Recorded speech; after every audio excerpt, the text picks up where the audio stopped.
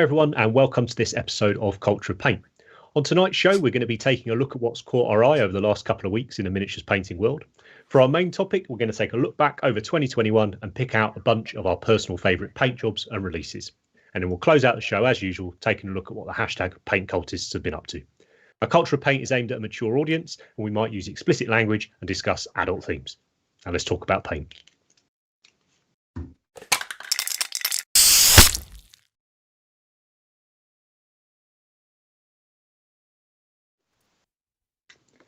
Okay, and we are back on. Have we got everything running? We have. Right, good evening, everyone. Welcome to this episode. We're doing this show as a pre-record so that we can try and stick to a vague schedule and get this one out to you guys in that little lull between Christmas and New Year. But we have got the Patreon guys in the chat to sort of keep us company and ask us questions if they're in there. A little bit short notice for them, but I'm sure we've got a few people to natter to. No idea how long the show's going to take tonight, but we'll try and stick on the sort of hour and a half schedule. I'm joined as ever by Matt, Andy and Rich, or Santa, I guess. Merry Christmas! Great effort, mate. We did, in fairness, we did all talk about getting dressed up and doing things, and then... Yeah, but I was the only fucker that did it. I know, well done, mate. You did. I wouldn't have done it anyway. On purpose. That was literally the point. The point was to stitch Andy up. The three of us had all been Christmas. You're right. You are right. I was just gutted after I had to send Christmas squig back, you know? Well, yeah, I mean, and now I'm the only dickhead that looks like this. Hang on, have you got a Christmas bauble earring? Yeah, I've got earrings in. All the effort is when this comes off because it's fucking really hot. You'll see them. What's your jumper? Is it a nerd one or is it just a classic, just a disgusting Christmas jumper? El Clasico. I ordered a nerd one, but it hasn't turned up yet. Yeah, it's a cardigan. Makes it so much worse. I know, right? Brilliant, it's beautiful. James asking, is this the Cult of Paint Christmas do? It is now, James. You know, wherever Santa is, it's Christmas, I guess. And yeah, as Whale Tusser says, it's a shame Rich can't be here, but always nice to have Santa there. Right, enough of that. Let's crack on. What's caught our eye over the last couple of weeks? Let's get those slides. Models. Models. First miniature is my one. God. Yes. Oh, nice. I think this is possibly the best skink ever. Where's it It's from, amazing. Where's the Blood Bowl? Yeah. Oh. Yeah. It's got his little... I was going to pick this as well, but I didn't know because it had no base. Am I allowed? But yeah, I agree. I absolutely love it. The eye, obviously, is eye-catching. I love the black and the yellow bit in the frilly bit. It's the little stipple dots. It's great. Very dressy. It's a really fantastic set, isn't it? That Lizardman Blood Bowl team, and they just brought out a brilliant. What's the big lads called? Croxigors. So good. Oh, Croxigors. I haven't looked at these. I think I need to. Oh, they're lovely, mate. The kits are amazing. Yeah. Overall, they're just the quality of the sculpting is fantastic. You can tell they're having a lot of fun with them as well, can't you? Like it's that, you know, you haven't got to look like anything else GW do. Just do Blood Bowl, make it silly. I noticed that tree man with the squirrel in Acorn the squirrel. I noticed that was in the squirrel with a tree attached to it. Yeah, it was in the sort of best miniatures of the year rundown that I noticed on Warhammer Community today. So nice pick, man. He says I love that. A few more on the go, I think he said, and I messaged him and I said, do a squad for GD. I was just thinking that would be a shoe in, wouldn't it, if he drops that in GD? Yeah, too easy. It's done really well. Right, so very nice. I think we've had skinks feature certainly a few times over this year. They're growing on me. It's good to know. They're a good range. Oh, mate, if they redo the normal lizards and the skinks, then that's a stunning looking range of minis. Then they could be. Let's rephrase that. They will be. They will be. Yeah. Live hopefully. Yeah. I love the Underworlds one, but that's just 7, isn't it? 6. Not enough. Anyway. Good warband, that. So is it? It is. It's a really fun one. Me and Andrew were playing it a bit at the weekend, and he's done a fantastic job on the painting. Are they all fun? Like, are all the warbands fun to play? No. Are they not? The Nurgle are terrible. And is that because they're just a bit crap, or they're just a bit boring? They're crap and boring. Really, that's a shame. Yeah, some are very hit and miss. Like orcs that I play with either do really well or abysmal. Well, that's cool. It's fun. I like that. Yeah. But the lizards have got they're newer, so they've got a really interesting dynamic with the way that they play and stuff. So yeah, they're a fun warband.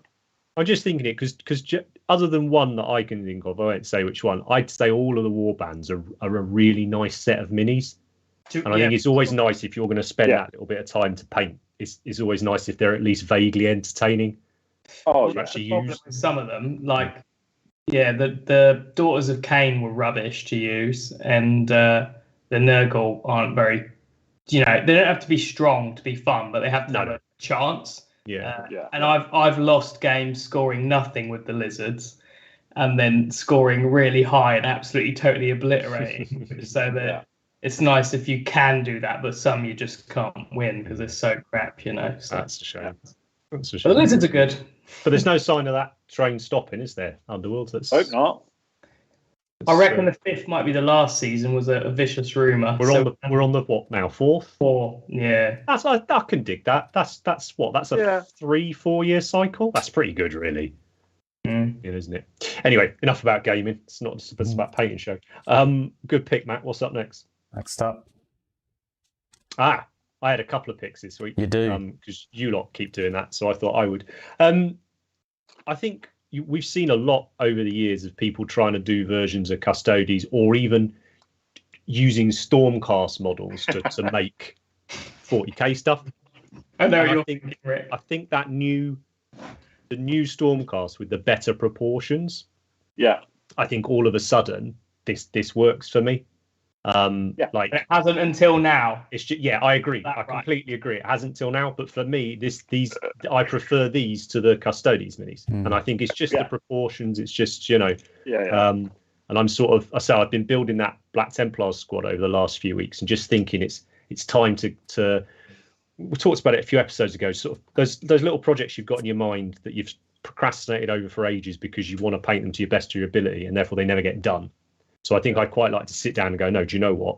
They're going to get done, but they're going to be done to a different level.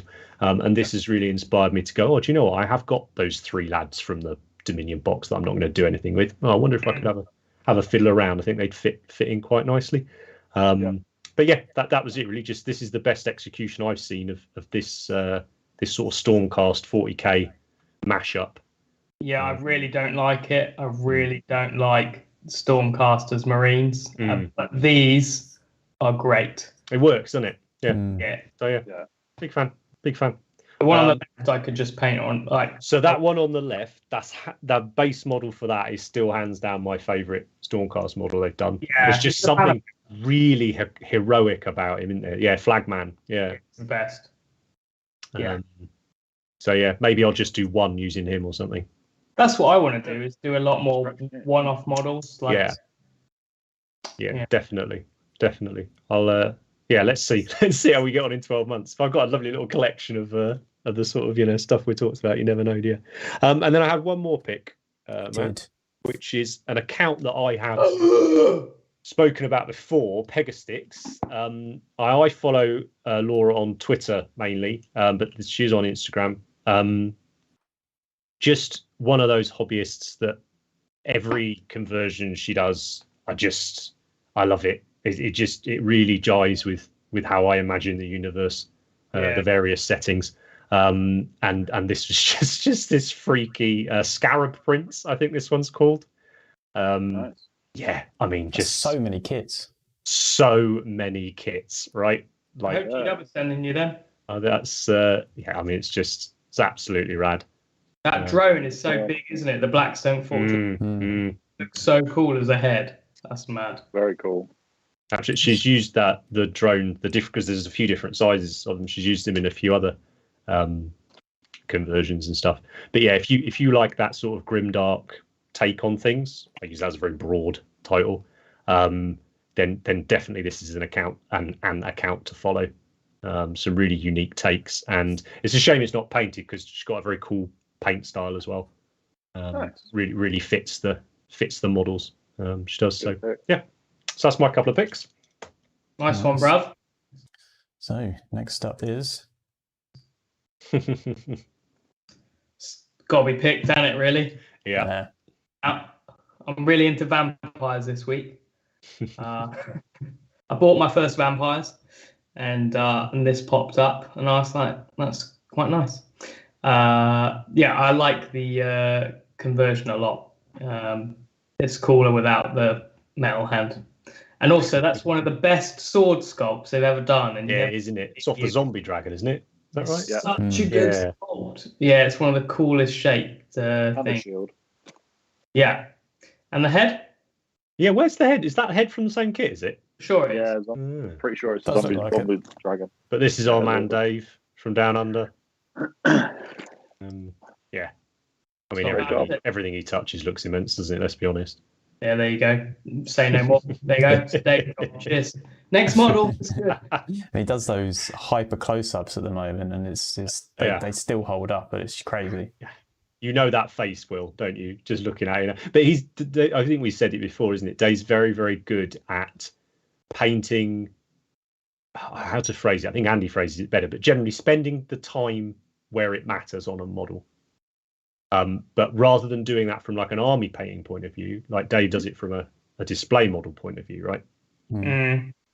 I also appreciate that he does the close-ups because one, they're very honest, and also they're very educational because there's people can upload a photo at a low resolution and it means you can't zoom in and see any blending and it looks really smooth. And I've seen some photos that are just such a low resolution and it looks so smooth because you can't see it. But he puts them up really high up resolution. You can see every line, every dot, and it demystifies what he's done. And it doesn't take away from any of the painting. It's just you can go, okay, he's layered this up, he's done this, he's done that. And I think that's really cool. And if you're uploading your photos in low resolution, then sort it out. Yeah, it's nice to see undoctored images for sure. Yeah, but he's our man Dave. You know, if you've watched more than about 3 episodes of this show, you've probably seen us talk about one of his paint jobs. Really looking forward to seeing what he's going to do next year as well. So I think we've got you, Rich. One more, just me. Yay! So this is by Lunax77. He's an American guy who does like true scale big stuff, basically.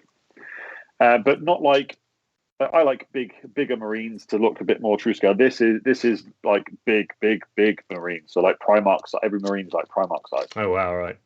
Oh, a bit like that Project Migs did a few years ago. But, yeah, very similar to that. So this caught my eye just because you know what I love a walker. Bring back Ironclads. Hashtag. Yeah. I love a walker. Dreadnoughts being at the top of that list, and Ironclad Dreadnoughts being pretty much at the top of that list. Yeah. So I picked this because one, I love the paint job he's done. It's very Iron Hands, very dark, grim dark style, but also it's massive. It's ginormous, right? Those are because that's their Leviathan Storm Cannon siege drill. So that's bigger than a Leviathan and a Redemptor.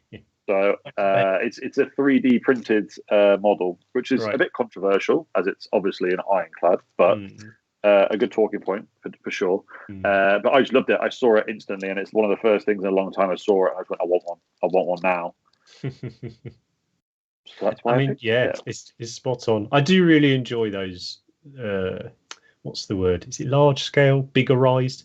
I love a well done, biggerized marine project. Yes. Because they are admittedly few and far between. They are very much few and far between. Just like Stormcast Marines. It was I had a nice little chat the other day. I forget what it was. I was on the Varangia podcast and we were talking about the old true scale Marine used to be just stick a power on the torso on a Terminator legs and call it true scale. Yeah. You know, there's a few. There's sort of a few different versions of that still knocking around. The worst, man. Mid 2000s. I tell you what I always like about when they do the biggerized Marines is that you can always use the original helmets and heads, can't you? Yeah. And it completely changes, doesn't it? How they look, because all of a sudden they're in scale. Yeah, and I get it. I get it. You know, heads are bigger, weapons are bigger. It's you know, it's deliberate. I understand that, but it is cool to see it. I've been looking at a lot of slightly bigger Marines, Primaris Marines, and other bits and pieces at the moment lately. And again, like you said, using the regular helmets and regular shoulder pads. But I then went back and looked at a regular little Marine with those same shoulder pads and heads on it. It looks ridiculous.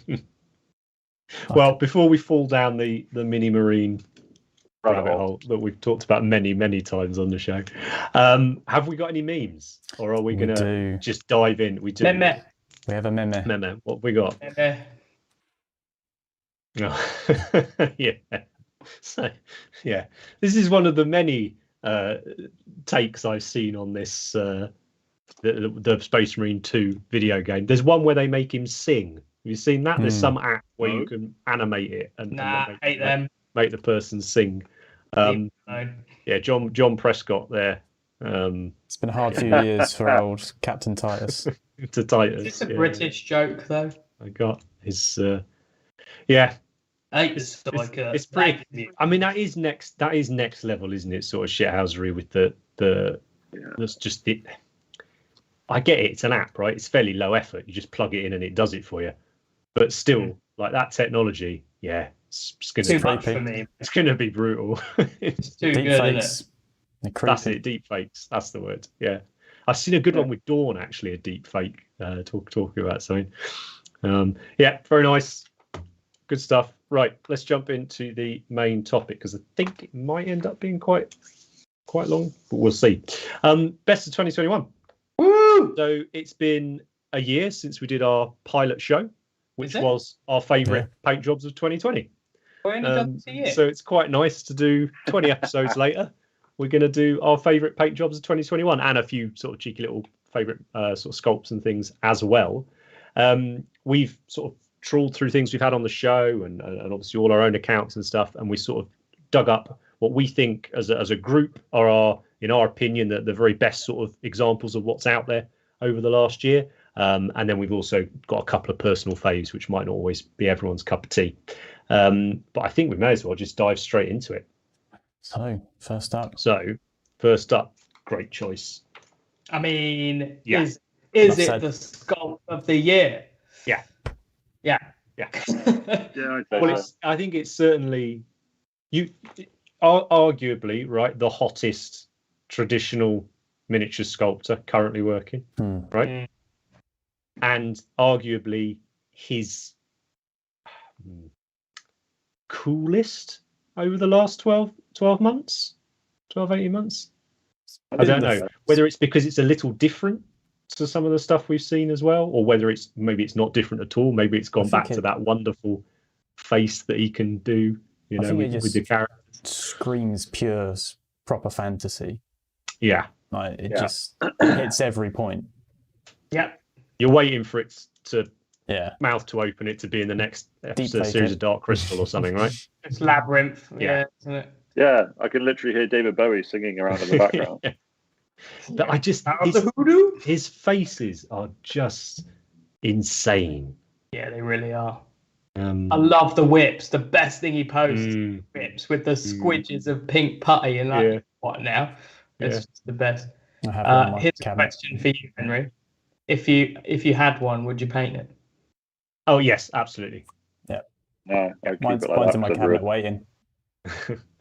I'm not someone. I'm not a collector like that. I used to play guitar and stuff like that. If I had a big posh guitar, it's getting played. It's not there to hang on the wall. For me, it's the same with miniatures. These do get played though. That wasn't a dig, Matt. I promise. But it's. I think when we had Mark Gibbons on, didn't we? He mentioned he collected sculpts for the sake of collecting sculpts. Which is cool. Don't get me wrong. There's nothing wrong with it. But yeah, I would absolutely want to. This is his first since The Witches that I've really gone, fuck, I ought to get this and paint. Like, yeah. Did you though? Even if it's just for the little critter on his shoulder. Yeah. Right. But yeah. That, and this of course is Lucas Pina, which you can't buy now because it's obviously that you've missed your slot. But if you like what you see, follow his account. What would you say, four times a year, something like that? Yeah, it looks to be about every quarter. Yeah, there'll be something out, and Lucas will do a limited time where you can purchase it, and then they'll get cast up for like 48 hours, and then that's it. And then that's it. But yeah, lovely, and great to kick off best paint jobs of the year with this sculpt.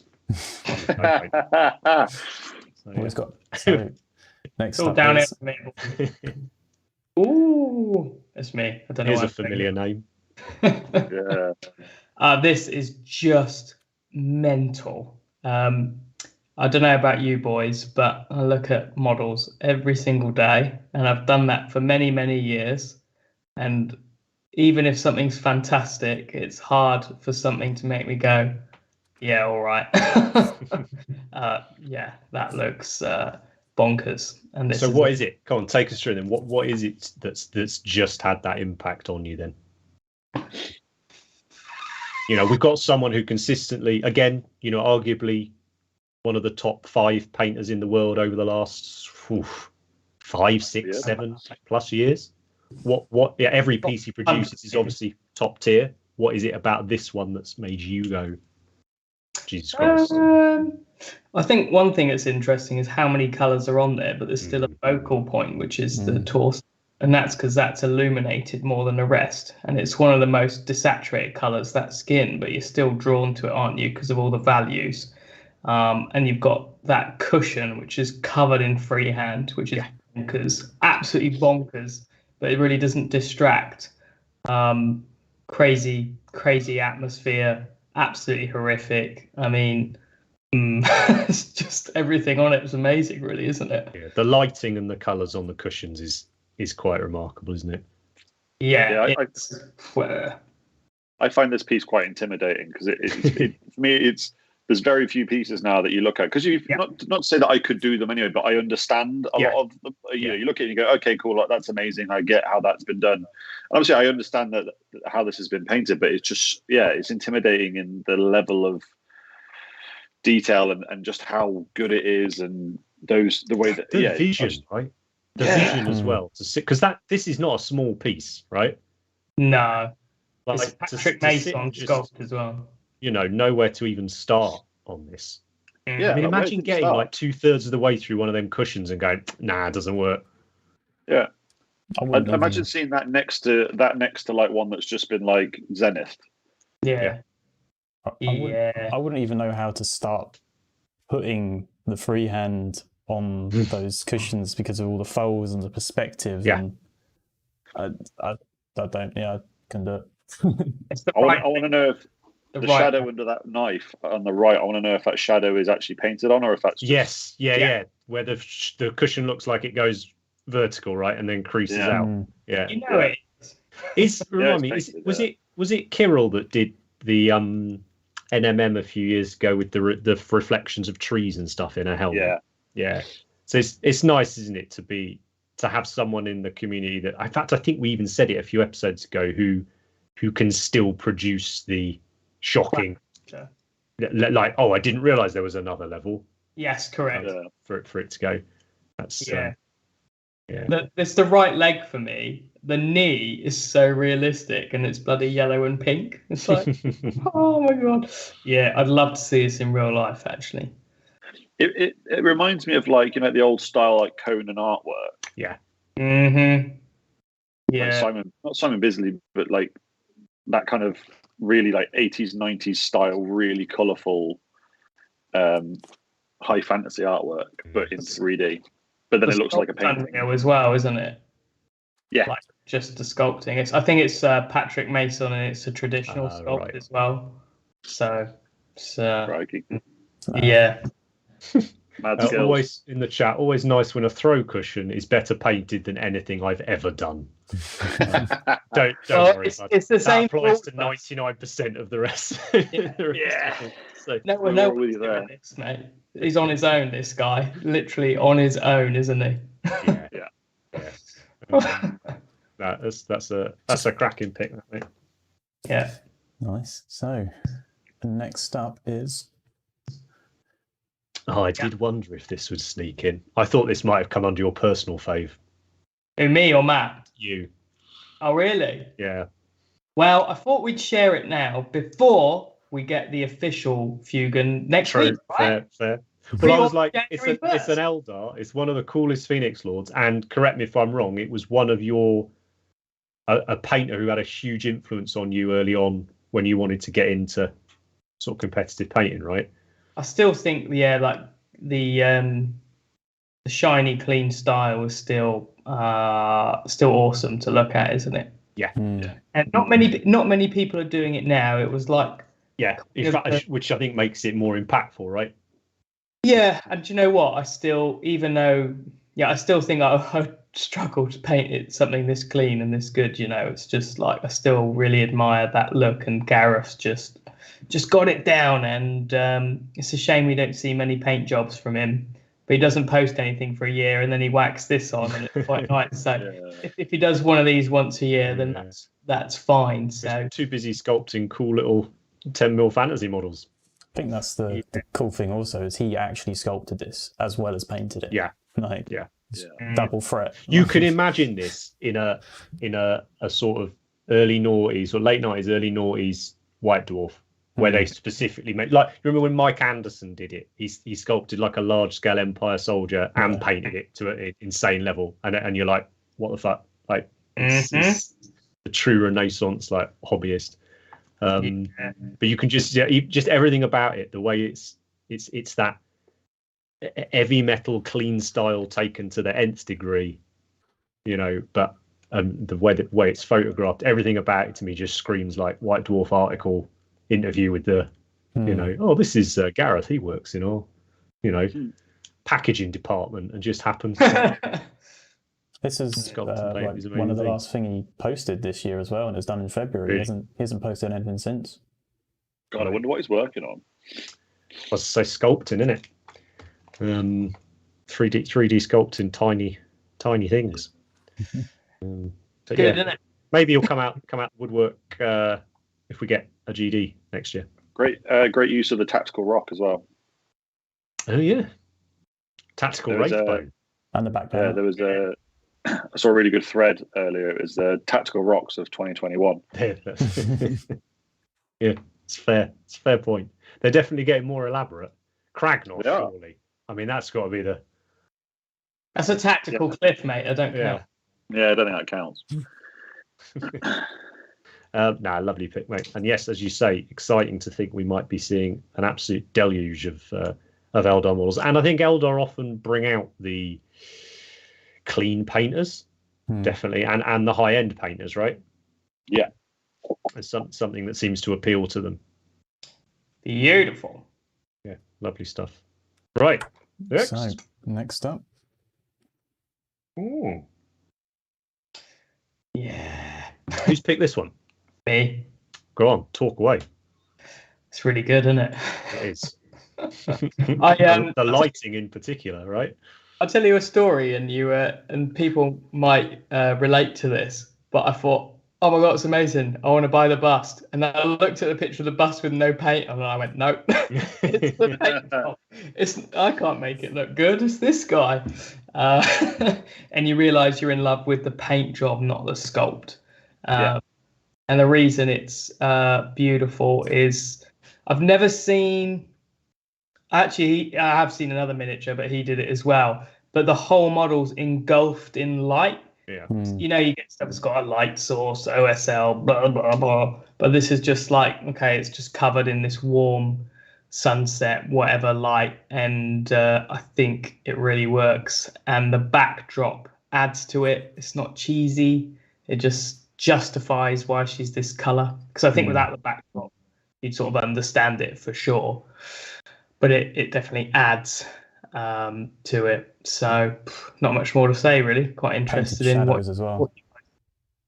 Yeah, Ruben's signature moves. Very, it's just sort of Joan of Arc celestial, isn't it? Yeah, it's the lighting. It's the sun. It's the sunshine. This would be a wonderful miniature to present when you're talking about minis being a legitimate art form. Yeah. Yeah, I agree. I love the backdrop. It's just it's so nice. Those clouds are beautiful. Oh, so nice to look at, isn't it? Yeah. I love it. I want to own it. It's great. And I bet you he did it in like a week. Yeah. Yeah. Oh, you know, it is. It really is. It's quite something. I'd not seen this one like this. Oh, cool. Yeah. You know, I don't. I'm not paying a lot of attention to anything at the minute, but I don't always pay a huge amount of attention to the sort of busts and larger scale stuff as you certainly as you do. Largely because I think on the whole I tend to prefer my stuff fantasy. And a lot of the better busts and things are often quite a realistic subject, if that makes sense. They're usually a human, right, in some description. And I get this is fancy and stuff, but you know what I'm getting at. Yeah, it's just it's just the face as well, the lighting in general, but the glove and the face. It's just brilliant. And I tell you what, I'd love to look at the palette before he started painting this. Do you know what I mean?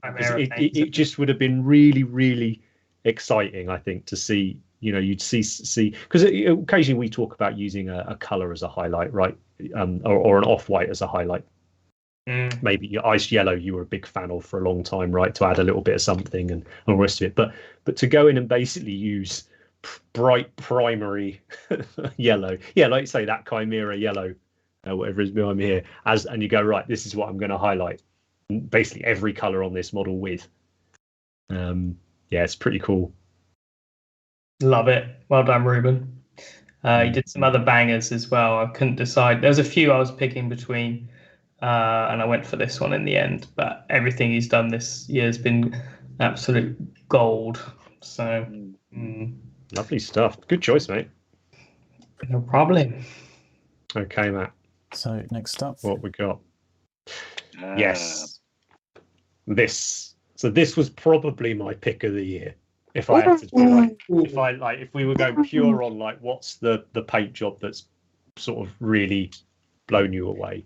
Agree. I think I probably agree with you on that one as well. Paint job of the year. And Mark, you know, we've spoken before with Mark. You'll often have nothing for a month or two, and then you'll see a bunch of his pieces come out. A lot of the time, I believe that's because it's box art for other people, right? And reset. But I don't know, this one this is my favorite he's done since he did that amazing, the one that looked like the oil painting with the like sailor and the that was last which I think we featured on last year's. Yeah. So and this I think is my favorite, and that was probably my favorite of last year's. So yeah, the face is unreal. Like I we looked at Kirill's work, but I still stand by Mark's the best at female faces. I think he's unbeatable in female faces. And he put whips up for this. I don't know if you saw, Henry, but they're hilarious to look at. Oh, it's the classic heavy metal stage, 4 stages, right? Yeah, paint the fucking owl. Yeah, he has to be traveling. Yeah. I saw a more elaborate meme from Paint the Owl. Which was like a 5-step one, which is actually super accurate. It's like paint the legs, paint the eyes, paint this, and it looks like a crappy stick horse. And then it's like, now just add details. Boom. Add a couple freckles. Oh. Yeah. But yeah, I was going to pick this as my paint job of the year, but I thought I should not pick a Mark paint job for once. So, but I do agree with you. This is probably the best. And I think also because the opposite of what you just said, you prefer the more fantasy stuff. I think it is quite real world, and I quite like that. It's a lovely piece. Yeah, absolutely. And I think quite an unusual piece for busts, right? Yeah, really. I like showing this to non-hobbyists, actually. Yeah. If they sort of like want to say, what's like a amazing thing, or they are just, asking about the hobby. I say, this it's proper painting. Mark's still working purely in acrylics. Yeah. This would be a nice. I bet you some collector owns this already. Well, I think it's a Black Crow box art. Oh, is it? Oh, fair play. Yeah, it's Black Crow. I do want to see this. One of the pieces I saw this year that I desperately would like to see this in real life. Yeah. When you do box arts, when people do box arts, does that box art generally go to the producer? Well, in an upcoming Cult of Paint video, what's it like to paint a box art for a company? Teed you up there, mate. We'll talk about it. But I think sometimes they just pay for the pictures. But then, sometimes they take the model. Sometimes a collector might be having it and they just want the photos. Because we still haven't got some of our box arts. We haven't got we will any get of them, have we? Yeah, other than yours. Mind you, we've had a bit of a, global pandemic to deal with from that point. Well, I think actually, if we had shows, we'd have collected from them. Yeah, exactly. You ain't sticking this on DHL or whatever. International Post, don't. And they're the better ones, yeah. Wait for Hermes to punt this over your fucking front guard. left right side of door. Yeah, they'll send you that photo delivered, a blurry box on the fucking doorstep. But yeah, lovely. Not that any of us are bitter about it or anything. No, not at all, right? Okay, what's up next? Next up. Yay, our man again. Dave from Down Under. So this is Bird with Dwarf and Sheep or something. But it's Dave Colwell. Dave entered this in the Miniatures Painting Open that we put on back in summer. And best competition this year. This is hands down. But this is where the larger scale stuff and the bust stuff. This is where it does tickle my balls. I mean, what more? I think it's talk about pieces that suit the painter. And Dave's always got that. I think it's because he does a lot of stippling, right? He's lovely, soft. Yeah, these soft things, and it just the sheep face is the one, mate. That needs to be textured though, doesn't it? Yeah. It's not compulsory you paint things with texture, but the sheepy face. I mean, even the ear's wonderful. Yeah. So uncomplicated in a way, but it's just right, isn't it? The touch of pink at the end, I think that's a really good way of describing Dave's painting, isn't it? Is that I think it's very easy to look at. Yeah. I think as a casual, and I consider myself a casual when it comes to high-end painting, right? Looking at high-end painting anyway. I like it or I don't like it. I don't tend to try and analyze them. But if I do analyze it now, I think it's very easy to look at, and then you do look closer. And as you say, he posts close-ups so often that you can suddenly appreciate just the sheer amount of work that's gone into giving a very simple or clean. Yeah, those aren't the right words. It's readable. Just a very pleasing sort of look to a miniature. Yeah, but even the orange, if you look at the shirt over just the belly. It's not overly rendered, and you look at it as a total thing, and you can see on the left the dark red shading, slightly more yellow in the upper belly, but it's it's just not overly done, right? Because I think it's easy to be like, oh, I need to do stuff on this, I need to make it. Yeah, and that's a sign of someone who's very confident, right, in their art. Is knowing what not to do, right, knowing when to stop. Yeah, even the trouser leg, it's brown. It doesn't need to be more. It takes away from a piece if you overcomplicate things sometimes, doesn't it? And then this is just so nice to look at. But then he's really illuminated the helmet and the head as a focal, and the bird. The bird's got a little extra light on it, hasn't it? Just right choices, right? Yeah, absolutely. But yeah, this is one of those. I'm not a collector of pieces, but this one would certainly be. Yeah. I wouldn't be mad if that was sat on the shelf. Yeah. to enjoy. And it's a dwarf, and dwarves are rad. Make one, mate. I know. Coming soon. Dagon 2. Right, what's the next slide? Next up is... Fuck. No, maybe this was the paint job of the year. Damn it. We've just lost Rich's sound, by the way, guys, so he'll be back with us in a minute. Santa's sound, rather. It's probably another heavyweight from Europe. Yeah. I'm really gutted this didn't make it into a competition. Yeah. Well, he eventually showed it, right? He'd held it back because it's based on a piece of artwork from 4.5 years ago. It's out of date now. It's a new Stormcast. It's gone. This caused quite a stir, didn't it, when he posted it up? And obviously because it's one of those pieces that, because of the IP, it crosses over the two sort of crowds, right? The larger scale and the 28mm crowd. Yeah,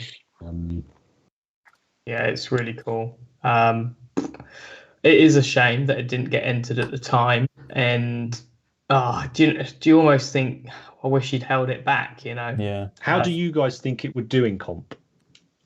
At GD, honestly, I think it would do not that great. No, I don't think it would place. Not at GD. No, I don't think it would either.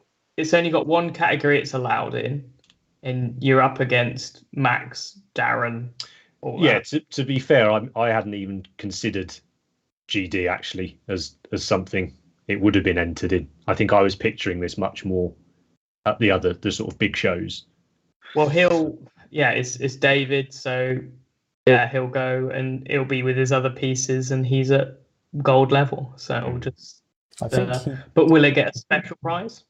That's the difference. I think on the post when he posted it, he did say it was for a GD.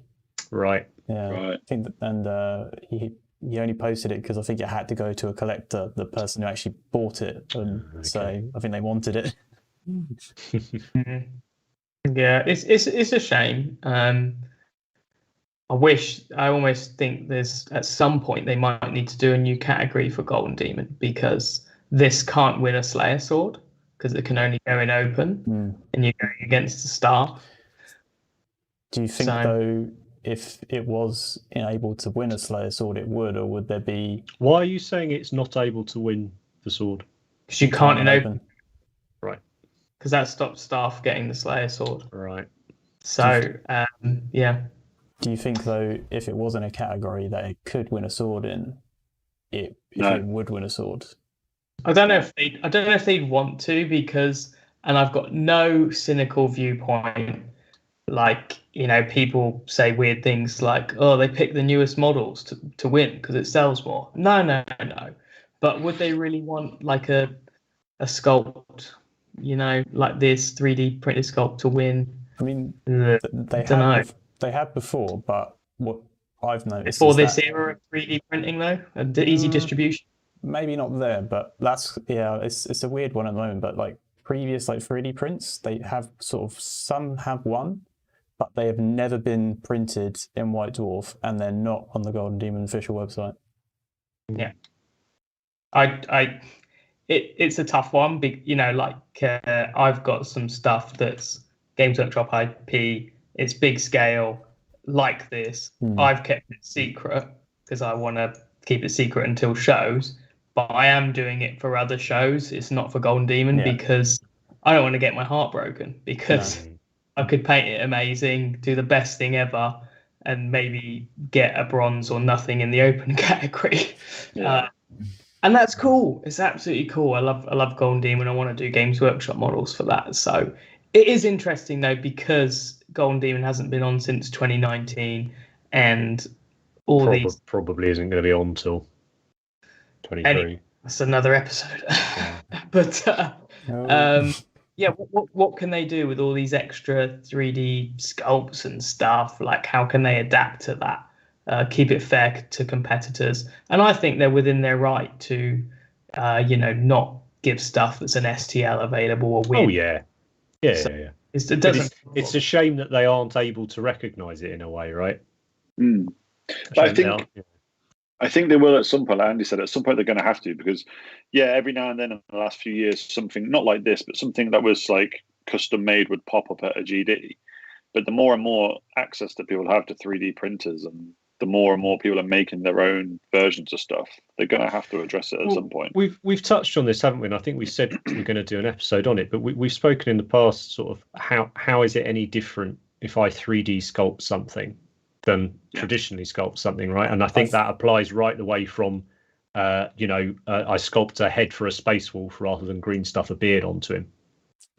Right the way up to something like this. That's where the problem is for them, right? Because if say you sculpt something from scratch, traditional or 3D, it's almost like, are you going to distribute it? Because if you're not, it's cool. But if you are, then it's not. So say this got entered and they gave it a gold award, whatever. Yeah, brilliant. It got gold. And they're like, STL available now. And they sell it. Then that's really bad. So it's almost Yeah. So it's just what can they do? Someone's saying in the chat that they'd love it if they put out busts. Years ago, probably over 10 years ago, Forge World had maybe 5 to 10 busts over a time period of time. They sadly they went away a long time ago now, but they did do them. I mean, that would be a real. I mean, I get that it doesn't really answer what we're talking about because, again, that's an official bust, and this will be an unofficial one. But yeah, it's going to have to be addressed at some point, right? I don't see why they look at someone like Alejandro, who sculpts for us. He's doing stuff for us right now. Just go cool. Do some large scale GW stuff. Like how would if this was sold on the Games Workshop website, even Forge World in resin, like they're gonna make a profit on it, right? It's just like we're ready for it. It's a niche though. I think that's probably where it may sell a lot, or it may not, but it's probably too few people in their minds to make it viable. Yeah. But then that's what Forge World is for. Well, was for. I don't think it would be that niche anymore. I think that if they were this level, because it's all about how good they are, right? If it's a Stormcast, a Blood Angel, look at those action figures, which are pretty crap, and people repaint them. Like this is properly sculpted, not like a toy.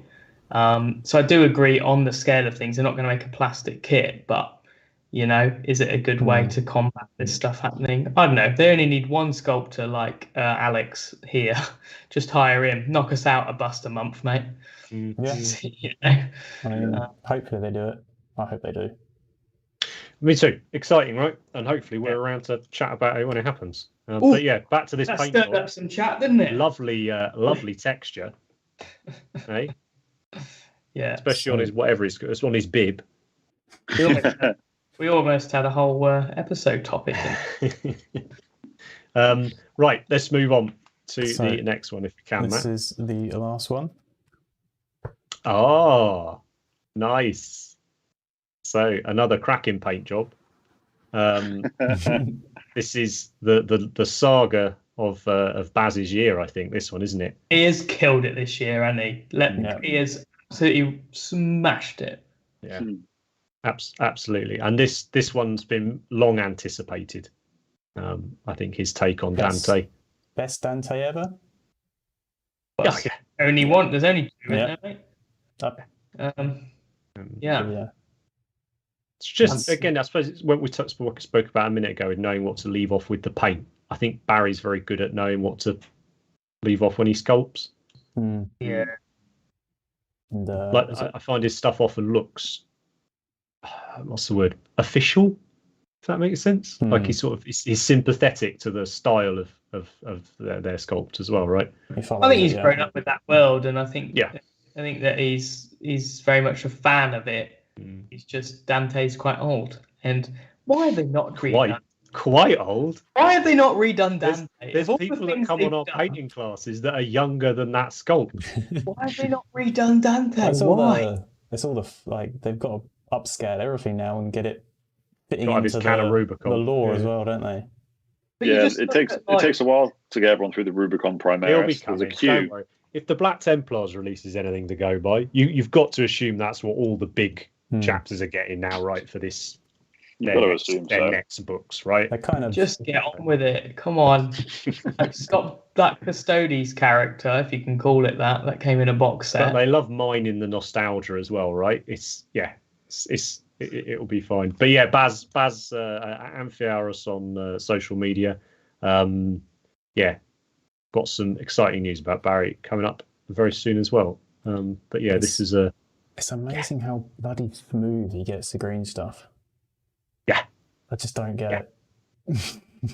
He's a very patient man. Yeah, because those green stuff wizard. The feathers on the Aquila stuff, it's not easy. Nah.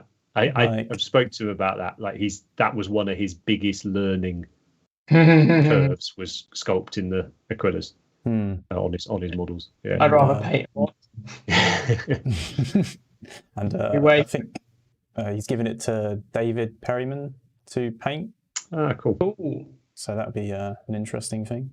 Yeah, so Baz has been sort of working on a bunch of very cool sculpts, and he's been sort of handing them out to sort of well-known good painters. And you'll have seen, I hope you'll have seen Andy's paint job on Baz's Lehman Russ, which is over on our Patreon this month. It's really cool seeing that sort of community collaboration, isn't it, between between it. Yeah, you did a lovely job on it. I mean, I've told you that off air, but you've done on air. You've done a lovely job on that, mate. Thanks, mate. I reckon Baz will be well chuffed with that. I'm sending it to him for Christmas this week. So that'd be nice. You can spend the holidays gluing it back together. And touching up my dodgy paint job. You can paint in the back of it. Yeah. I said, if there's any bits you don't like, feel free. You can paint the back. But was there any reason, Matt, that you picked Dante in particular? I think it's just, like you said, it's the culmination of everything he's done this year. And I just think this is, like, you can see from like some of the stuff he did in January how much he's progressed in sculpting already. And there's more work on this as well, isn't there? Yeah. A lot, yeah. And getting those complex curves on like the thighs and the knees and on the shins it's difficult. I wouldn't even know how to start that. And he's took advantage, hasn't he, of that, the thing we've seen with the Primaris models, with them being sort of correctly proportioned. There's a lot more movement in the torsos now, isn't there? Yeah. Upper torsos. And he's done that. It's cracking job. So I think that's it for our sort of joint best ofs, as it were. What's up next, Matt? I think, did we pick a couple of releases? Yeah, a couple of standout releases this year. And I've no idea what these are, so let's have a look. Oh, yes. Great choice. Who did this one? It's me. Fucking great choice. I just think I really want to buy this. Yeah. And it's so many monies. I just think it's incredible. And the only reason I haven't bought it is because I bought one of his other dragons for many pounds 4 years ago. And I haven't touched it. But I'm still tempted. If it goes, there's 10 left, I'm buying it. Oh, I know, right. So this is Karol Rudik. It's been around for a long time now, right? Was one of the sort of OG third-party sculptors, I guess, sort of referred to them as. Well, the Dragon Man. The Dragon Man. Right? What's he up to now? 6? Or more, I think. He's actually hammered them out. Is it? There's 4 of these. He's released 3 this year, hasn't he? 3 or 4 this year? 4 of these, and then he's done like 4 or 5 more than like other random ones. Right. I think he's released this year alone 3 or 4 more dragons. No. Yeah. Because the other one I was going to pick is the one up against the wall. The one coming through the the window. And the box art's in orange. Yeah. That I was like, oh, this one. But I think I prefer this one because of the little girl. It's a little bit more original, isn't it? As well, this one. Like it's like this is Carol's take on what a dragon. Yeah. Like, looks like not your typical. It's a real nightmare thing, isn't it? And I love absolutely. Yeah. But I'd love to see people do artwork based off this as well. God, yeah. He's done loads of good releases this year. Did a Kickstarter with the bugs. He's also because he's hiring other sculptors to do this, but he's working on a trad sculpt forest dragon at the moment. Oh yeah, yes. I'm really interested in seeing that. But yeah, still a brilliant producer. Like loads of good figures, the best dragons you can buy. I mean, I don't want to badmouth, but when people look at this, the GW dragon comes out, and I look at this and I go, "You're taking the piss." Like they've certainly gone very different directions now, haven't they? Let's leave it there.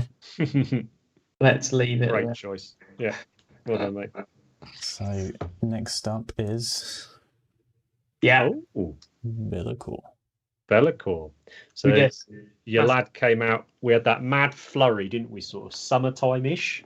When we got those books for the tail end of the last edition of Age of Sigmar, and we got a bunch of some classic Warhammer characters getting what do you call it? A glowed up. I think that's the correct term. Yeah, proper glow up. Yeah. Great choice. And have you specifically picked Fantasy Be'lakor here? Well, which one is it? That's because he hasn't got the Dead Space Machine. No, no Lieutenant. Didn't they say it's a new Lieutenant? Yeah. That's my preview. Darren Latham sculpt, isn't it? Mm-hmm. I think he said this was his favourite thing he's ever sculpted. Really?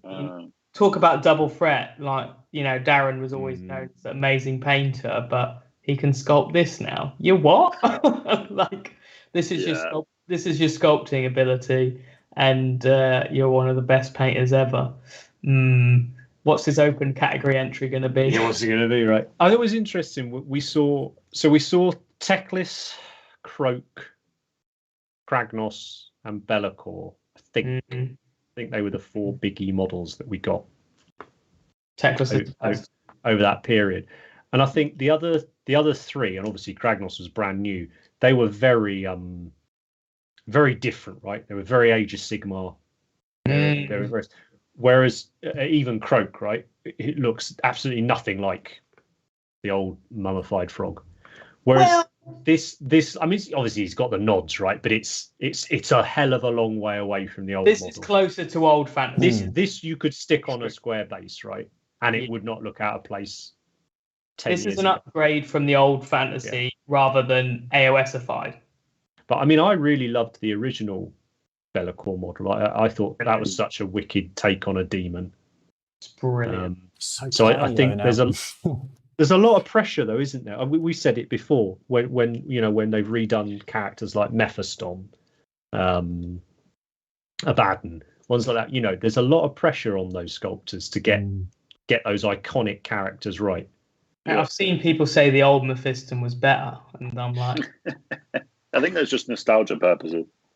Just these people I don't want to be friends with. But you just get the Mark Gibbons artwork and you just belt them around the face with that, right? And I'm going to throw old Mephistons at you until you change them.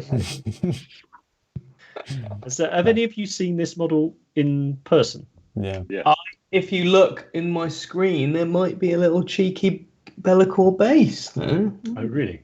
What's that on the corner there? That little plinth. I'm pointing with my mouse, but you can't see my mouse cursor. On the corner of my chair.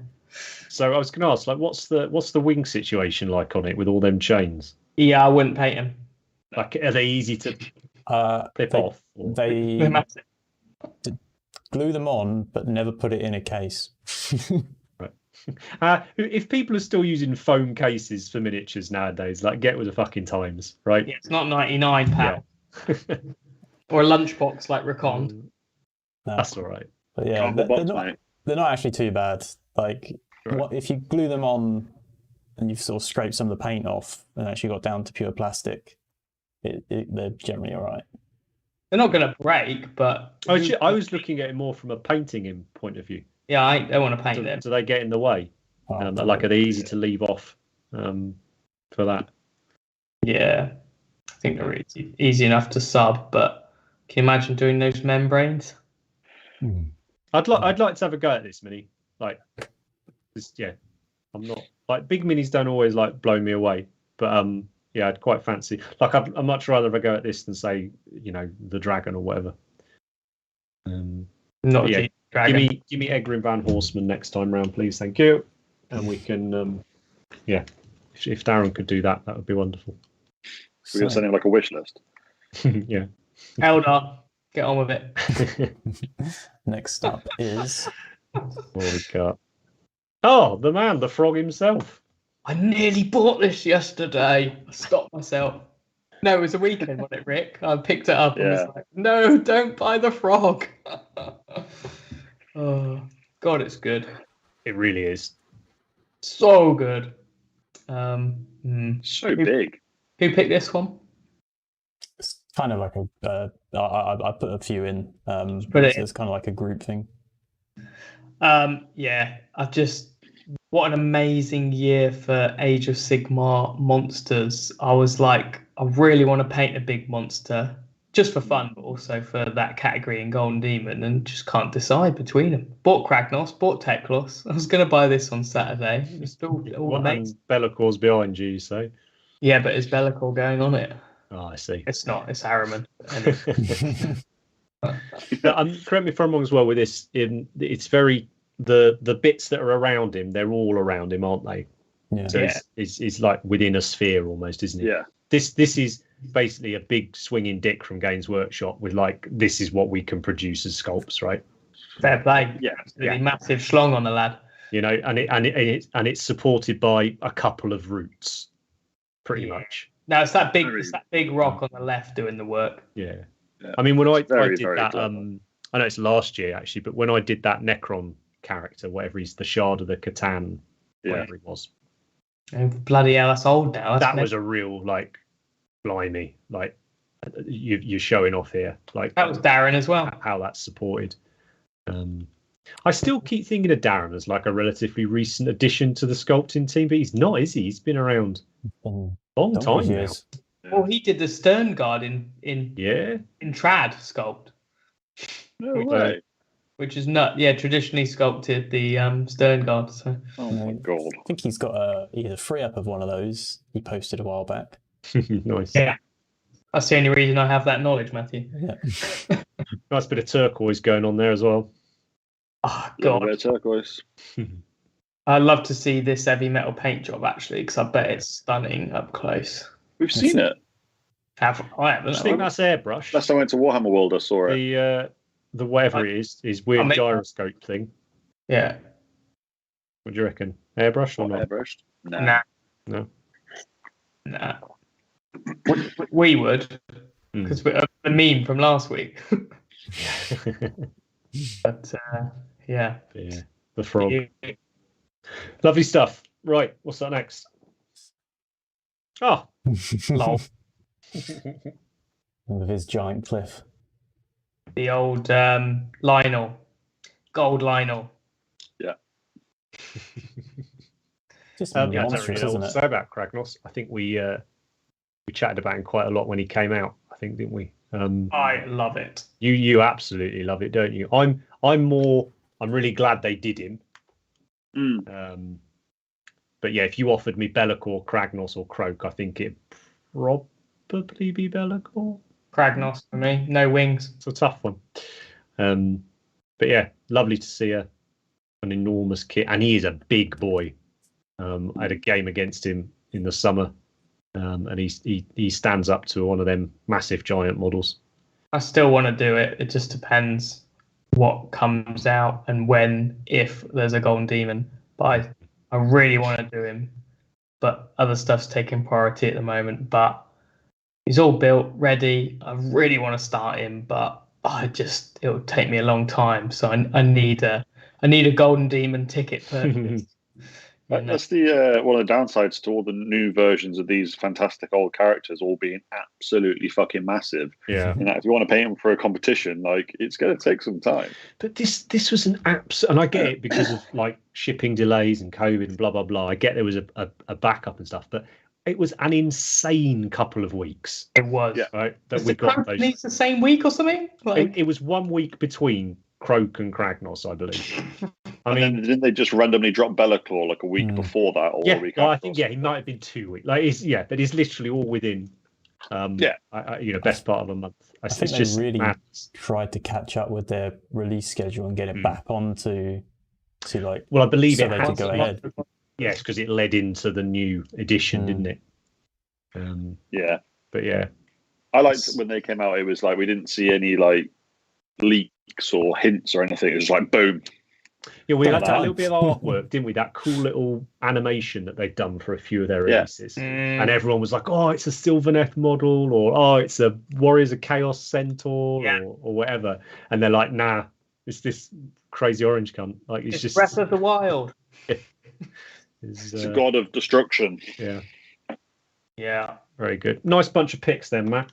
Where's Teclis, mate? Come on. Was that last year? Was it the last year? What? Is he last year? I don't know, but he's the best. Yeah, maybe he is last year. Model ever, so best Games Workshop model ever. I think he was last year. Was he late last year? Pajama Man. Yeah. Something. So, next up is... This was what? My one. Oh, terrible models. I only picked it because this year has really been the year of the squig. There have been so many squigs. Yeah. It's been a bit crazy. These the squig pigs. Yeah. God, you'd have to pay me a lot of money to paint these. Well, I think as well, like you say, year of the squigs, and that automatically means it's been the year of the greenskins as well, hasn't it? I mean, the 40k range of orcs now is chef's kiss, if you like them. There's not many models in there that I wouldn't be more than happy to own and paint. There's none I would paint. I think the Beast Snaggers was an interesting sort of release. I don't think many people saw that one coming. No. But just the Commando set we got with Kill Team. No, that was brilliant. The normal Orc Boys set that they just casually dropped. That was the crazy bit for me about it, because when the Beast Snaggers came out, I was like, oh, is this the traditional orcs? And then what was it, like a month or two later, they're like, oh, by the way, here's this, start collecting that everything in it is new apart from like a Death Dread or whatever. Yeah, that's brilliant, isn't it? And I like the there's two new war bosses? No, was there a Mega Knob or something? Yeah, there wasn't a war boss. And there was a Beastie war boss, wasn't there? And then there was a Mega Armored. Yeah, that's it. Yeah, that's cool. So you could kind of go either way. That's like, I just like how they're sort of going through and sorting the ranges out. Like Necrons, all brilliant now. Yeah, Orcs, brilliant. Yeah. It's really cool, and you hope that's what they're going through each race. And I hope so. Yeah, I really, really hope so, because we said it for a long, long time. Like, there's been one of the biggest barriers, I think, to certainly when me and Andy have chatted, to starting certain army projects is going, there just isn't a consistent range of minis there. Yeah, there's minis that some with over a decade between them in some armies, and they just don't work. Why are you going to invest all that time? And it's not even saying they've got to be the brand new hotness, right? 6 months down the line, you can go back to orcs and go, brilliant, I can paint every model in this. Every model in this range, and it looks and it belongs together. And you could miss out one or two old kits, but you need to have a solid core. But orcs have got two choices of boys, and then you've got the knobs kits, not new, but it's modern enough. That's the balance. And the dreads are brilliant. And the cans, even though they're quite old, they don't need to be changed. But then you compare it to Eldar Guardians, Cadians, and you're taking a mix. Like, I'm not starting that army because of those core kits, right? But really nice to see the Orc having a vast and fantastic range, really. Absolutely. Nice picks, Matt. And Squigs, Squigs are all. Next up is... speaking of Kill Team. This was my fave of the year. For a multiple... It's not a Space Marine, mate. I know, right? What happened? Come on. For a couple of reasons. One, it was very unexpected. For years and years, a few of us have talked about, God, how good would it be if G-Dubs did plastic Deathcore, but they're never going to do them. So, And even then it was like, it'll be Steel Legion, right? If you were going to get any great coat guard, it was going to be Steel Legion, right? Yeah. Proper so that kind of gave me that was really unexpected but amazing when it happened. And it also dropped really randomly, and there was that piece of artwork, and there was just a gas mask. Yeah, and we thought Steel Legion still, didn't we? Yeah, even then we thought Steel Legion, and then we saw them and like, oh my god, they've actually gone and done it. That, and then it just gave me a bit of hope that some of the older fluff wise and kit wise models were going to get a bit of love. Like, I mean, maybe not all at the same time, but like eventually. So in a similar way to the orcs, like when the new orcs came out, I thought they were going to be doing away with the old just orc boys, and they'd only be the beast snaggers. When that new, just before this, the Cadian models released, and they only got an upgrade sprue rather than a whole new kit, and things like that were happening. And then they dropped this, and I was like, because when I saw this, I just instantly thought, what if they do Vestroyans at some point? What if they do, Steel Legion? If they do all these different things? You'd have to assume that should Kill Team be successful, that we'll see a new guard regiment right each time. You would thought so. Yeah. At some point, yeah. And also the kit is more Krieg. And even if they don't ever do any more, like if they don't do a command unit or any of the riders or anything. It'd be amazing if they did, but even if they didn't, they've done this, and it's such a great, and also the options in it and the way it goes together. It's very just versatile. What a game more though, really. Like you can't tease us with this and not do a couple more things, right? Because you can get all the 4-drop tanks, no problem. But I think you need the horses and you need the command groups. So if they did them, it'd be amazing. But I don't know if they would. I think for me, the artillery's a real visual thing for Krieg, right? It's that old style carriage artillery, right? You can't fit. For me, you can't use these with the 4-drop ones. Like I want all plastic. I'm happy with the characters blend in well enough. But but not the you're right. Like these are, but again, we're talking about age between models. I mean, the Krieg models were sculpted over a decade ago. Yeah.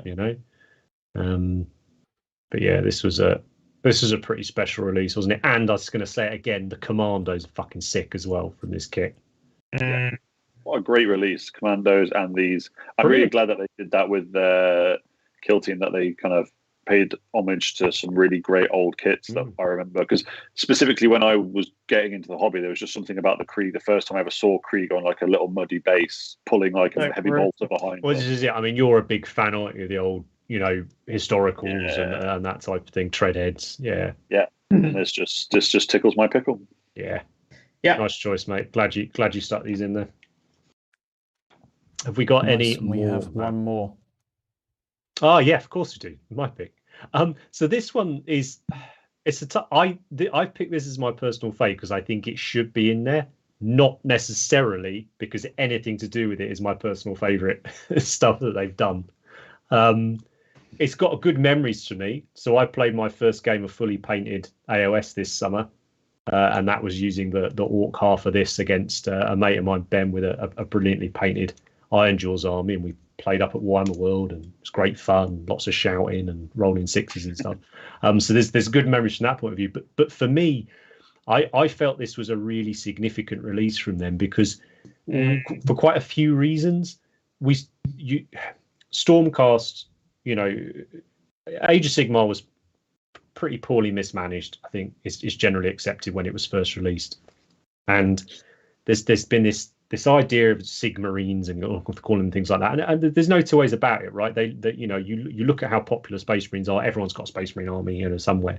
They wanted something like that for the fantasy game, and you had the Stormcast, but I think they suffered from a lot of the common issues that we often talk about for reasons we don't like, models, proportions, all that sort of thing. And then they just sort of went, oh, okay, third time round, little tweaks, and now I get it. Now you've got these like Spartan-esque, heroes. You look at them, you get it. These are the good guys. These are your knights in shining armor type of thing, right? Wonderfully proportioned, and they basically redid the entire range. It wasn't just a new kit. I mean, the dragons and things aside, right? If you just stick purely to the basic, and we've said this before, like if the basic troop of an army looks good, you're on to a winner. They look amazing in the basic groups. If you're a gamer that's also a keen hobbyist, I would say, if you give a shit about what the stuff looks like. So that was one of the reasons I felt like this was quite important. That now, GW's mainline fantasy game, I feel like it's found its feet a bit, like it knows what it is. You had the incredible artwork from Thomas on the cut book in this, the rule book in this. We were lucky enough to work with Thomas on a few pieces before GW snapped him up, and it's been amazing to watch him come in and what he's achieved for them. And then the other side of the box was this completely different, or I say different, this new take on a very old style of GW greenskin. There was the usual flapping gums about how they don't look like GW orcs, but you look at orcs from the 80s, these are a perfect homage. And I love the nostalgia, I love the artwork, the planche artwork, all of that, and these orcs dive into all of that old artwork and sculpts in every single piece of them, basically. And and I just that little bit more serious looking, but they've still got that horrible bit of dark humor. This for me was this, like, Age of Sigmar had arrived, like, for me.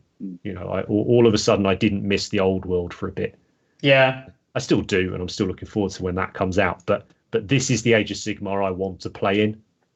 And hobby in. And I had a lot of fun painting them.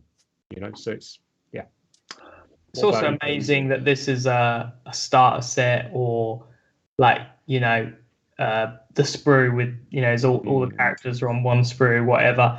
But that honey badger, the fact you get that in this starter set, it's unreal. I mean, I bought a set where the killer can was cardboard. Bought the set where you got some all right Terminators. Battle for Skull Pass when you had all those goblins, which is very comparable. And it doesn't feel that long ago. And then you're getting that honey badger model, which is unbelievable. It's a standout kit in the whole thing. I think the standard Stormcast, because they finally got proportions right, and they're fantastic, not goofy. And then the honey badger, unbelievable, really. Just crazy set. Brilliant. I wouldn't do either of these arms.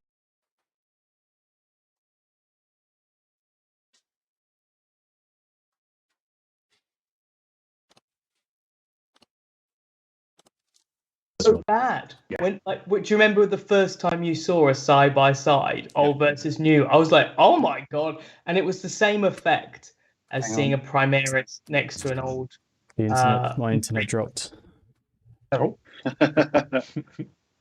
He's back. When you saw the Primaris against an old Marine, and when you see a Stormcast against the old Stormcast, I think the craziest thing is Stormcast aren't old. And I like how they've not admitted it, because they haven't admitted anything, but they're prepared to almost redo a range that's new. I think we said that, didn't we? When the box dropped, we sort of talked about just that.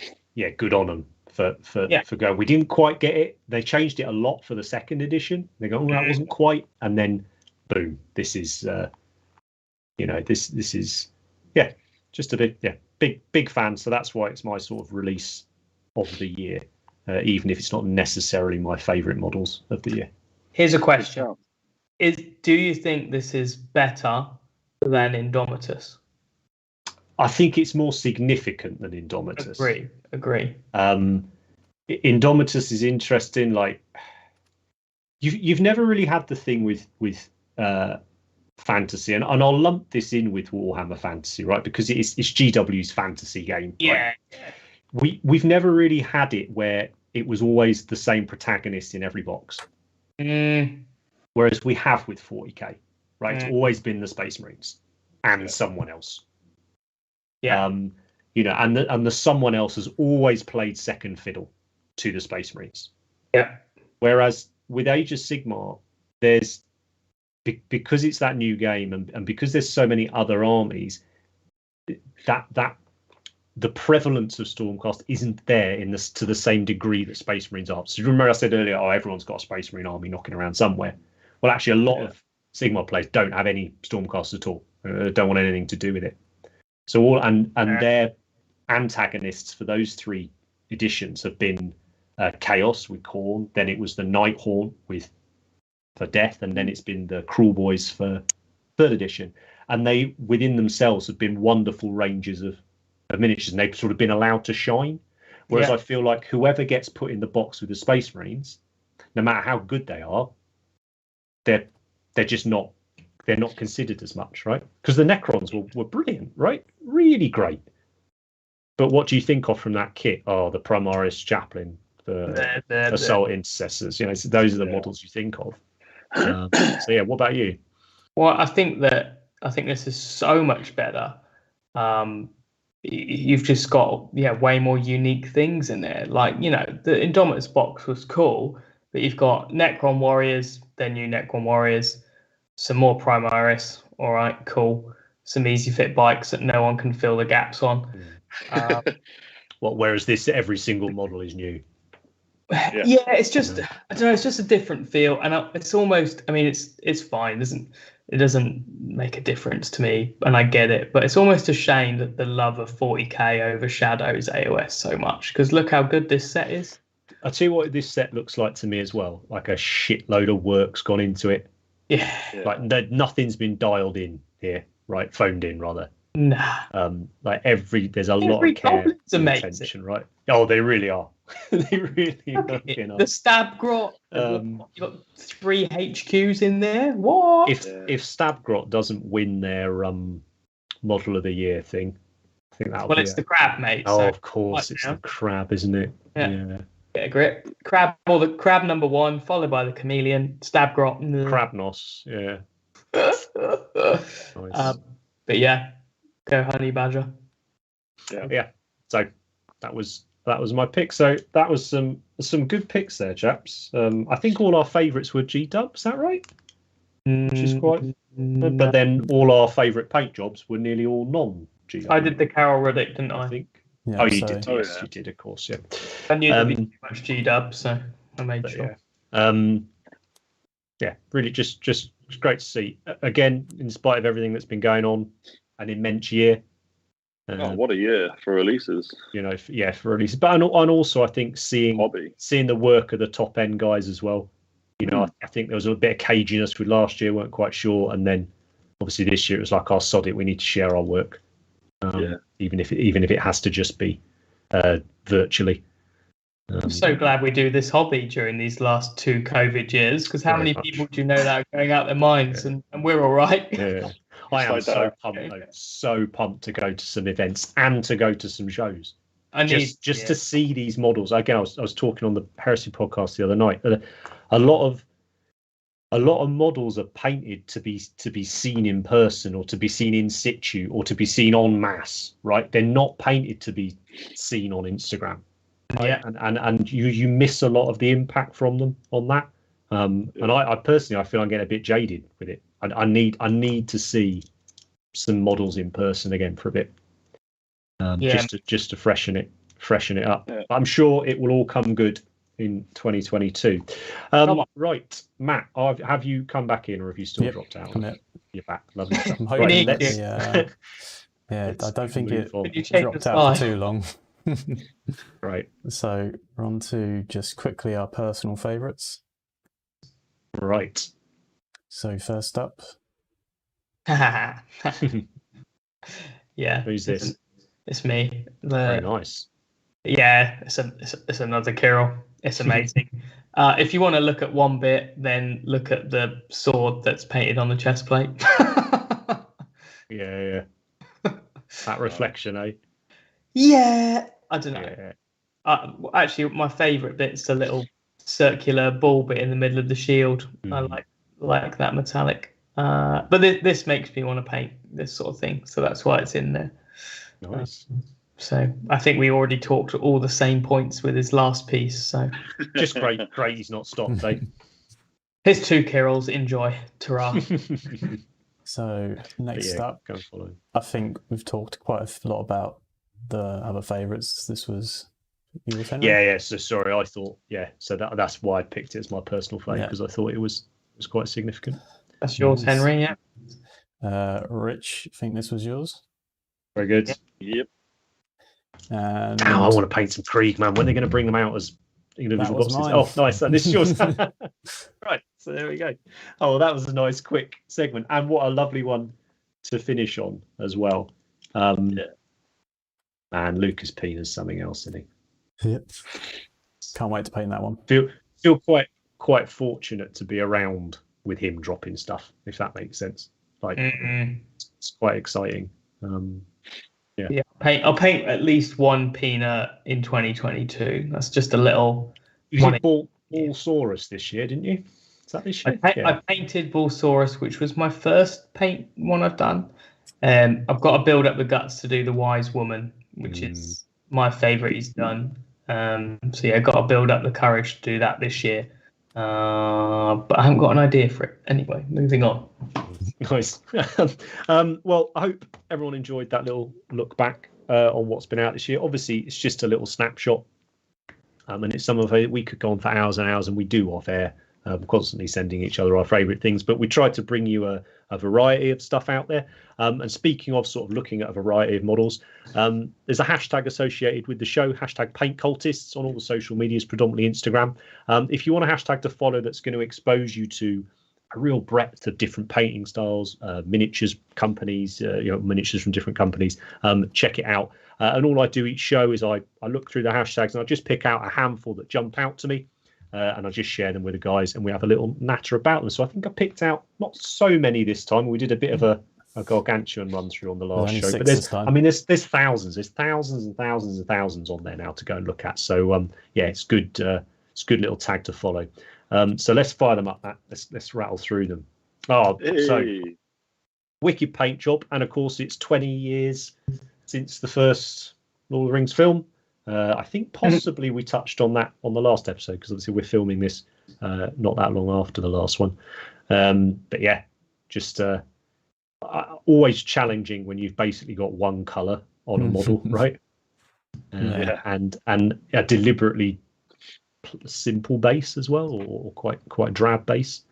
But yeah, you talking about wanting to do some Pina model in 22. I am 100% going to do a couple of the newer Lord of the Rings sculpts. I'm definitely not. Real hankering. See, and that's why we can bring you such a variety. Yeah. Get the magnifying glass out, Steve. Yeah. If you want. Now, the newer ones are a bit bigger, bud. You're all right. Are they? Oh, okay. Yeah, don't worry. If they did large scale, I'd do Lord of the Rings, and I'll say no more. 75 mil, I would do it. But these too bloody small. This is Paul Bradley. Love job, Paul. I particularly like the sword, actually. This was another little kick up the backside to go, right, you really do need to press buy on that basket you've had sat on Forge World for a while. Do you know, it's a Forge World. This is a G-Dub one, but I looked at the thing I looked at is what I really want to paint for Lord of the Rings is some of the scenery, the Rohan house, it's amazing. Or the Lake Town house on the little stilts. I really want that. Lake Town house won a bunch of awards for like fantasy sculpts. Yeah. Wow. I really want it now. It's really good, mate. Let's do Warcry scenery from it. Yeah, true. Now just do the Warcry scenery. That's fucking rad in itself. Yeah, if you can buy it. If you can find it anywhere. It's out of stock, pal. Right. What's up next? Oh, yeah, this cool. one really jumped out at me for obvious reasons, I guess. It's just background's really clever, actually. There's an artist called Pascal Blanche. I don't believe any relation to John Blanche, and I've followed him for a long time on socials. And the colours that Luke has painted here, he uses a lot in that artwork. And I was just thinking this week, it'd be cool to paint a mini using that palette. And then I saw this pop up in the paint cultist thing. Just creepy, cool, colourful. I'm loving all the backdrops we're seeing at the minute as well. It's coming back every week, right? Matt, I've got a question for you. Has a piece with a backdrop ever won a Golden Demon? I don't think it has. I don't think it has, no. Another episode. Woo! Controversial. Let's. Have people done backdrops on Golden Demons? Yeah. Alfani did that unbelievable marine and it didn't get anything. Oh, the one based off the Ultramarine art. Yeah. Oh, really? But not many people do enter them, so anyway. That diorama of Matt's that we had on the other week. I know it's not on a backdrop plinth, but the way he'd used the scenery in that was very much like a backdrop, wasn't it? Which one? Sorry, mate. The turns round. Yeah. It sort of served a similar purpose. True. I think it's just fallen out of favour for a while, and it's coming back. Nice. So, it's on my next GD entry, so hopefully. Here we go. Backdrop takeover. But if you don't win that, you can say that's why you didn't win. Don't like backdrops, otherwise in the bag. Right, next up. Yeah. Oh, again, just some more weirdness. I've no idea. I've no idea what it's from. It's another backdrop. Pretty sure that's the plinth from Is it Mindwork Games, the product? I think that does ring a bell. Yeah, I think it's Mindwork Games. But again, one of the reasons I love this hashtag, I just keep seeing stuff I'd never normally sort of look at. And again, I love the backdrop on this one. Yeah, glad I've done one now, so I feel like I'm in the club. I can talk about them like, I'm an expert. But the backdrop on this actually, and on Luke's one, I like how they fit, how they've painted the model as well. Like this hasn't got the cell shaded so much, but it's got a bit of that to it, right? Well, it's the softness, right? So because otherwise it doesn't work. So it's quite expertly done. Really, it's interesting, isn't it? It's very cool, very very cool. And as always, all these accounts, guys, will be in the description below, so you can go and follow them and check them out. And I definitely recommend that you do. I think there's a couple more. Right? Yeah, there's 3 more, and there's definitely a theme. Jesus. Go on, lad. Finally, some Space Marines. Jesus. Had to put this one in. Jared's a good mate of ours, who has really applied and dedicated himself to improving as a painter over the last 2 years. Pretty mental, isn't it? And I think, he's handy. I think this is outstanding. I think this is the best thing I've seen him do by some distance. I just think it's just brilliant. I'd love it. I can't wait to see it when we next get over to Oz and visit. Love it. You probably like a bit of flesh tearers, don't you, Rich? Yeah, that's awesome. I do like a cheeky flesh tearer. Yeah. It's really nice to see the. You can talk about skill or whatever, but I think the thing that's coolest is the ambition grow, because you get someone who's painting a heresy army or painting a marine, but just no matter it's a very high level, it's done amazingly. But I just think seeing the ambition change is really cool. Well, and learning composition is a real challenge, isn't it? Right? Yeah. Developing composition. It's hard. It's hard work. Done a backdrop. Done this. Just got to. That's like if I wanted to have a go at that, you'd be like, bloody hell, here's a lot of work. So it's a lot of work, right, to see that through. There's a lot of steps in that as well, where I reckon you could have given up on it. Yeah. Very impressed. Really good work. Very impressed. So couple more. Up. Are we out of backdrops now, though? Yeah, we're out of backdrops. I thought this was really cool. Yeah. Mainly because he's got a little, because he's got a little critter on his shoulder. Yeah, Neanderthal man. That's not you, Stilo. I just and I like the painting style on it as well. It's just a bit different. Yeah. Quite soft, I guess. Yeah. Just I don't know. There's just really a lot like that bust that Nemorian did with a bird with a goat on her head. There's 2 of these. I don't know. They just really stood out to me the last couple of weeks. And that's a happy little dinosaur there. So happy, it's unreal. I love it. But that's Lucas Pena sculpt, right? Mm-hmm. Yeah. Again, popping up several times in the show, and I think people paint them, innit? Yeah, definitely. People really do paint them. Yeah, big time. Like I say, I'm very casually follow the larger scale stuff, largely through our Paint Cultist hashtag, really. But I'm always seeing his stuff pop up. Yeah. And I feel like I'm seeing a lot more busts pop up than large scale figures over the last sort of 12 months. Yeah, I'd agree with that. I don't know why. I don't know whether there's just more of them. I think 3D printing has certainly helped that. We spoke last week about there being some Breaking Bad characters. I saw a Kevin Costner bust pop up today on one of the creates. But it seems to be, I guess maybe because you can create a really cool mini, but you only have to create a small area of it, right? A small portion of it. Which is the important bit, the face. So. Yeah, but also I guess it means you can get an idea out quick, right? Or within a decent time frame. And you can also paint it and complete it within that sort of realistic time frame. Or you can spend forever on it if you want to. But yeah, really nice. So what's the last one up, Matt? Oh, more vampires. Well. I don't know if we'd featured this account a few shows back, but I feel like we'd seen a yellow vampire. And And again, it just jumped out to me just seeing it in different. So I particularly like the skin on this one. I think it's really cool on the face. Lovely rusted swords. Just right up my street. This one. Just well done for doing it in yellow. Yeah. Right. Yeah. Everyone paints them red or blue or black. Yeah.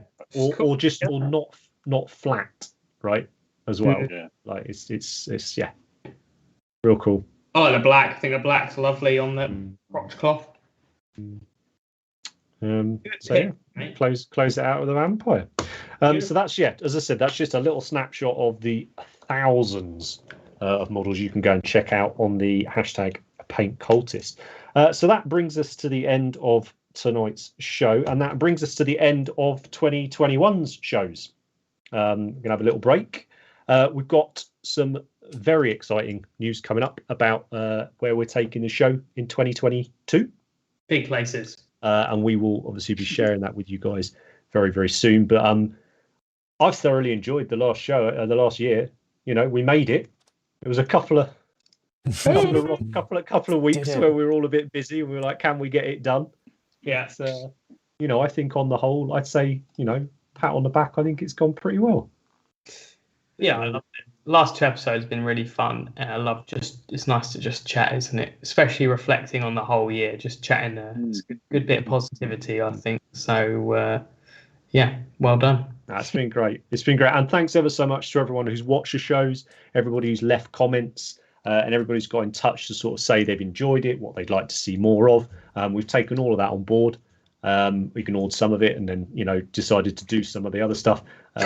We're very excited for 2022. The intentions with the show is to keep it nice and regular, and the vast majority of the shows will be live for everyone to watch live before they can watch the back whether they want on YouTube. We'll just do the occasional pre-record one where we tend to just invite the Patreon crowd in, just because it's nice to have a few people to have a nap with and point some things out when we get them wrong, if and when we do.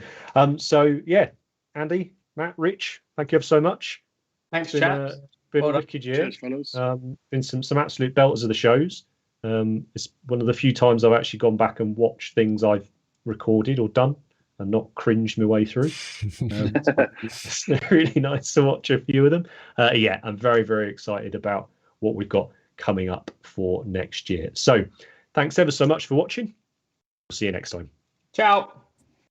Happy Christmas. No.